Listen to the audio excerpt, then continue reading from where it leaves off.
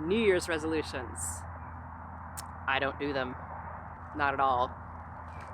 So, no, I don't do New Year's resolutions, but I do choose a word and set goals. So that's what we're going to talk about today. We're going to talk about the word that I have chosen and the goals that I have for the new year. The way that I do this is I choose my word first because that informs the goals, and that tells me which goals to start setting first.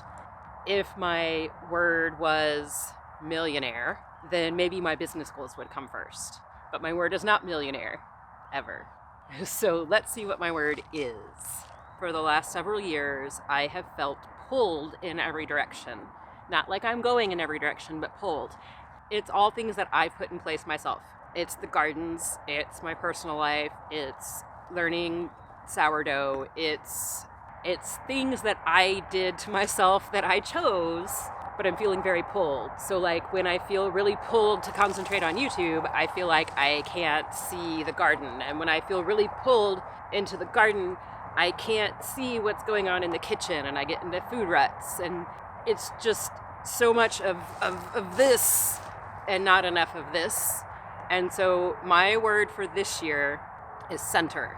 Because if I can pull myself back into the center and then look around, I can see everything that needs to be done. I hope that made sense. I did my best in making that make sense. Yeah, center. So because my word is center, and that has to do with my personal life and spoon management are my first goals that I am setting for the year. And just so you know, like one night last week, I sat down and wrote out goals for well over an hour, just, you know. My number one life goal, and if you don't want personal information, pop ahead. My number one life goal this year is going to be getting my diagnosis corrected. Physically, I have asthma, allergies, and some sort of a pain issue. I'm not worried about getting those diagnosed. So it's the mental health issues that I want to get corrected. One of them that I don't mind telling you is depression. That's probably pretty obvious. But I think I have something else that is a contributing factor to kind of everything else.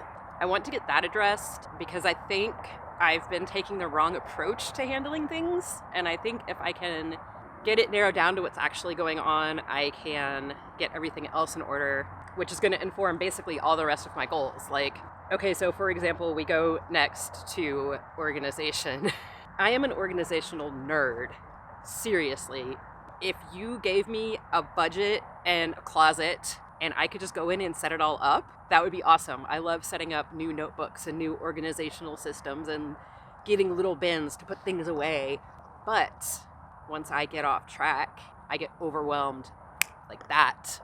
And then my systems go out the window. Or if my systems start to get out of place a little bit, I get overwhelmed. And that goes back to, like, if I could manage my health better, I think I could do better at keeping my systems in place and staying more organized. But as it is, I need to organize my closet, my seedlings, shelves, my seeds. Y'all, my seeds are... It looks like I took my seed packets and just went, whee! And they're all over my desk. I did not do that. But that's what it looks like. It's a full year of planting and then not putting things back. And then my YouTube schedule. Obviously, I am certain you've noticed it's been all over the place, and I used to do a lot better about it, and I would like to get back to publishing on a set schedule. Organization. My third life and spoon management goal, and by the way, if you don't know what spoon management refers to spoon theory, which has to do with chronic illness and particularly invisible illnesses. It's just kind of like you have an energy meter for your day, mental and physical energy, and every little task that you do ticks it down. And some days you wake up with your energy meter full, and some day you wake up with like 2 little bars out of 10, and you gotta manage it. Part of spoon management is that I want to start fewer of each kind of seed at a time this year. So instead of starting 20 Cherokee purples and 20 carbon tomatoes, 5 of each will be plenty.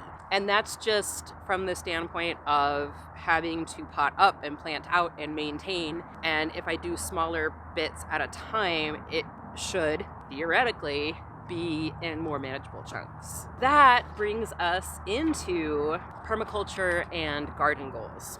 I know it's the middle of winter, but it got a little bit warm. I had to shed a layer. So permaculture and garden goals. I put them together because they work together, although permaculture also informs everything else. Like, I observed that my desk is a mess. I'm going to interact by cleaning up my desk. That is permaculture principle number 1, observe and interact. It informs everything, but I'm tying it to the garden because that's where it's, most obviously applicable. So my number 1 goal for this year in the gardens is to improve the mulch and the soil health so that if we do have another tragic climatic year, my gardens can handle it. I will say that even in the worst part of the heat, when we were 111 degrees and hadn't had rain in a month, I was only having to water 3 times a week. That's not bad. It's not awesome. I don't want to water 3 times a week, but it could have been a lot worse. And in summers past, with better weather, it has been worse. So I've done a good job of mulching, but I want to continue. And I want better soil health so that if I need to rely on that, I can, and I don't need to amend the gardens as often throughout the growing season or do foliar sprays quite as often throughout the growing season. I want it all established because remember, when we do those things, the foliar spray is directly feeding the plants, but for the most part, we're feeding the soil because the soil feeds the plants. That's why some of us don't use chemical inputs in our garden, because those aren't sustainable and the ground can't keep that going on their own. I'm feeding the soil biology who will feed the soil, who will feed the plants. So I want to get that better improved, which means more mulch, more comfrey, more chop and drop of the comfrey and the other things like that. And more interplanting. I didn't do a very good job of interplanting this year.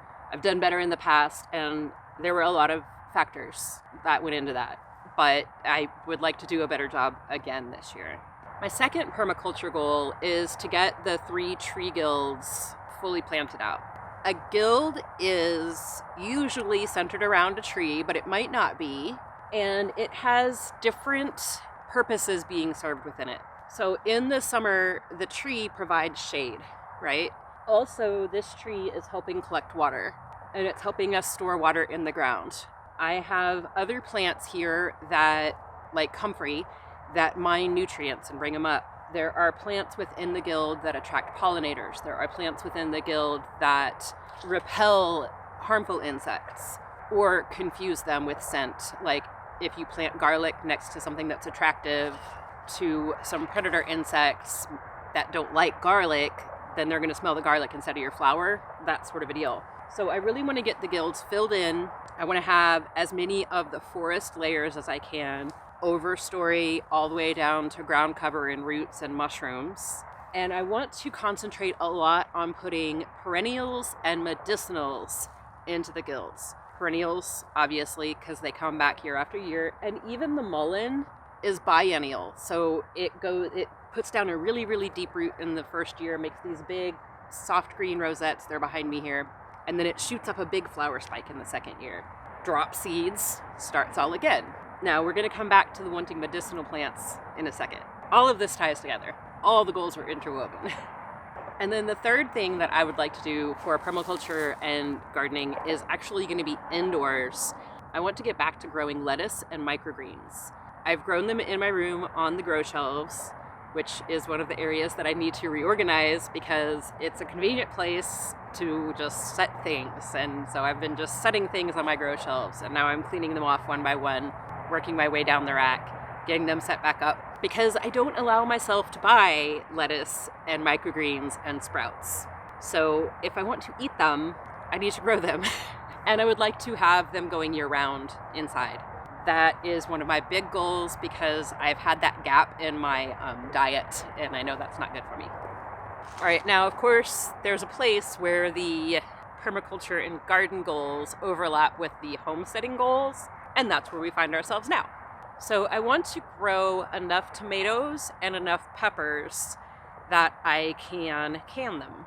So I want to make my own pasta sauce and I want to make my own salsa. I already ferment my jalapenos. And let me tell y'all, I didn't get many jalapenos. I didn't get many anything this year because of the weather. But the jalapenos that I did get, I had enough to ferment one little jar. That baby's hot. Wow. Especially the yellow ones. Those things are brutal. I love them. I want to be able to also can those and put them in the pantry and pull them off the shelf like 6 months or a year later. So that I don't just supply my own fresh eating tomatoes and peppers, but all of my own tomatoes and peppers. Which means I have to learn water bath canning, which is one of my homesteading goals. And I am getting a water bath canner as a Christmas gift as soon as I pick it out. That's my fault. Not organized, not getting things done. The other two overlap goals are that I want to dehydrate more foods and learn to use them so that, again, I can store them on the pantry and pull them off as needed so I can grow a whole bunch of onions, dehydrate some of that, eat fresh when they're fresh, pull from the pantry when they're not, and grow and learn to use more medicinal plants. Back to the filling out the guilds with medicinals. I'm pretty diligent about using my calendula. I use it on my skin all the time. I'm okay about using my yarrow as a tincture when I remember for allergies. And I'm pretty good about using my holy basil in tea and as a tincture is as a nervine and on insect bites and blemishes. That's 3 plants out of everything that there is that I actually use, 3 plants. So I would like to expand that to 12 plants within this year, counting those 3 in those. I want to just basically get better at using everything that I grow and growing more that I can use. And then the only other big homesteading goal is to learn to do more with my sourdough discard. I've got a fair handle on baking a regular old sourdough loaf, and I made a pretty amazing focaccia the other night. It has bell peppers and vegan parmesan and shallots. It's good. It's good. I like it. But I also have a jar of discard that I scoop off into the fridge and store it. And every now and then I'll like make brownies or something like that with it. But I want to learn more things that I can do so that I don't build up a whole jar before I get to it. So that is another thing that I'm doing, is just kind of gradually learning more things to do with the discard. I need to split my worm bin. That is one of my goals, and that is a this month goal. Here's a happy thing.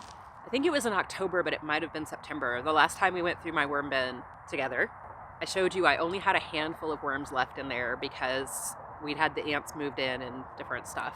And I reset them, and I've been in their bin like actively about once a week, and their population has boomed. And I was in there, today is Sunday, I was in there on Friday, so 2 days ago, and there were cocoons, and there were hatched cocoons, and lots of worms, and I caught some worms being naughty, and so the population is just really exploding, and I get to split the worm bin, finally. And I'm going to go try to pick up another tub in the next couple of weeks here and get that split going. So that is really exciting for me because that's twice as much vermicompost so that I can use. I want to, the chicken coop is right there. You can't see it, can you? I want to keep the chicken compost going. I am still running my compost bin, and I'm liking having both. That way, if one goes crazy, the other is still okay. And also, it's twice as much compost and twice as much vermicompost and twice as much outside compost. That's just a lot more compost. And that's good because that leads back to the improving the soil health. Told you, it's all tied together. All right, and then my last homesteading goal. I want to learn how to make vegan queso. I know, it seems like a vegan goal. It's a homesteading goal. From scratch with vegetables. Because right now I'm doing it with oat milk and vegan shreds and, the stuff, nutritional yeast, and then like throwing in peppers and stuff. And it comes out good, but I know you can do it with like an onion, a potato, a carrot. This is sounding like MacGyver, but it's not. But it's healthier than the way I do it. And it's more sustainable than the way I do it. And I would like to learn how to do it that way. And I know really all I have to do is look it up and try it a couple of times. But that is on my list for this year. I want to learn how to make vegan queso from vegetables. Yes. All right, so now we're just down to business and YouTube goals. And these come last for me, even though I'm trying really hard to build a business and build this channel. But they come last because they depend on the other things. If I don't get my health sorted, if I don't get organized, if I don't grow more things, I won't have a channel to show you. So that's why business is coming last. Thing number 1 on my business and YouTube goals is actually a 4-parter. Get monetized is my number 1 goal for this year. I would like to be monetized by the end of the year. I want to have a physical product that I can sell. I have sourdough starter dehydrated that I can ship, but that requires me to put it in an envelope and ship it in organization. So that is a possibility for a physical product, but I also am thinking maybe something like stickers where I can design it and upload it, and then y'all can buy things and then somebody else ships them. That might be good for my set of difficulties that I am currently facing, including getting things into the mail. I want to have a digital product. I am working on an ebook currently, gradually, and I have another one in mind. One of those might show up before the end of the year as a digital product. And then I want to have a sponsorship on the channel. I do have one affiliate link in my description. There's no music in this video, but when I do have music, they come from Epidemic Sound, and that link is down in the description. But I want to have a sponsorship as well. So if you have a product, let's talk. Let's talk in email though. Yeah, that's better. Get monetized, physical product, digital product, sponsorship. Those are my 4-part money goal for the year. Which is why I'm going to be joining a program that helps people build their YouTube channels. It will offer me some external motivation, which is good for me right now, as much as I would love to be internally motivated, as much as I have been taught to be that way and have been at points in my life. Right now, external motivation is really helping me get things done. So that's one reason that I'm doing it. It's going to give me a system to follow, which when you're trying to learn how to do all of this, there's no like curriculum, there's no A to Z plan to follow, there's no logical steps. Some of y'all know I'm a yoga teacher, and when we plan a yoga practice, we plan it so that you do this and it gets you ready for that, and it gets you ready for that, and it gets you ready for that, and this cools you down from that, and that relaxes you from that. Orderly flow. There's not something like that for you to find that you can just like, here's how you YouTube orderly flow.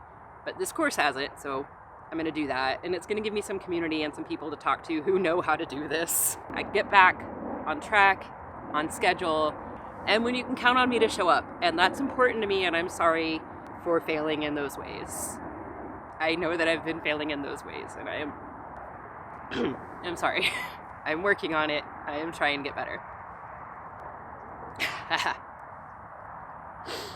And so really, the ultimate purpose of all of these goals, the long-term goal, which is not something that'll happen this year, but it is on the horizon. It is part of my 5-year plan, because in 5 years I will be 55, and maybe it's just from where I'm sitting right now. Maybe in 5 years it'll look different, but that feels kind of old to be starting over. So within my 5-year plan, all of these things are pointing me toward eventually being on my own land and having a piece of land where I can help other people. And that is the end goal.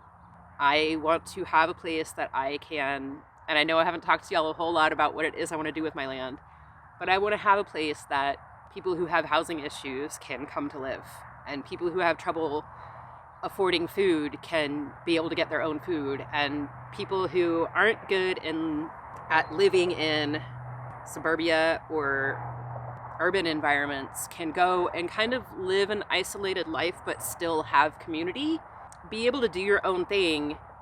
But so there's the days that you're like, I feel like I have my stuff together, but if I have to make dinner, I'm gonna cry forever. Well, what if you could have your own little place and go and be on your own, but also there was a kitchen where all your neighbors took their leftovers and you could just go pick up a dinner? Wouldn't that be cool? Or if you're like me and you don't know how to cook for a single person, you only know how to cook for an army, and you make a pot of red beans and rice and you have 8,000 servings and you only need 4, you have a pantry where you could go leave your leftovers, or a fridge where you could go leave your leftovers and somebody could come and take them away for you and eat them. These are the kinds of things that I have. These are the ideas that I have for my future land. And every goal that I have now is working toward being able to provide a place that people can go and not have to be a part of normal society and not have to depend on all of the rush and hurry and this stuff that goes on in our heads and all around us all the time, and just have a place where they can go and be themselves and do what they need to do and still find support. And of course, there's all ways that that land is going to have to support itself, and we'll work all that out later. I have ideas, it's not in place. My word is center. Those are my goals. If you would like to, drop down in the comment box and let me know, what is your word for this year? What is your theme? What are you focusing on? And if you have been around before, or if you would like to get more content, go ahead and subscribe if you haven't already. Click that like and ring the little bell if you want to know when I put up more videos. I hope you have a great year, and I'm looking forward to spending some of it with you. Thanks for hanging out. Later, y'all. So if you're still here, I just want to say thank you because talking about my goals and personal stuff like that, it makes me feel really nervous and anxious, and I feel self-conscious, and I want to say that I appreciate you hanging around. Thanks. Okay, bye.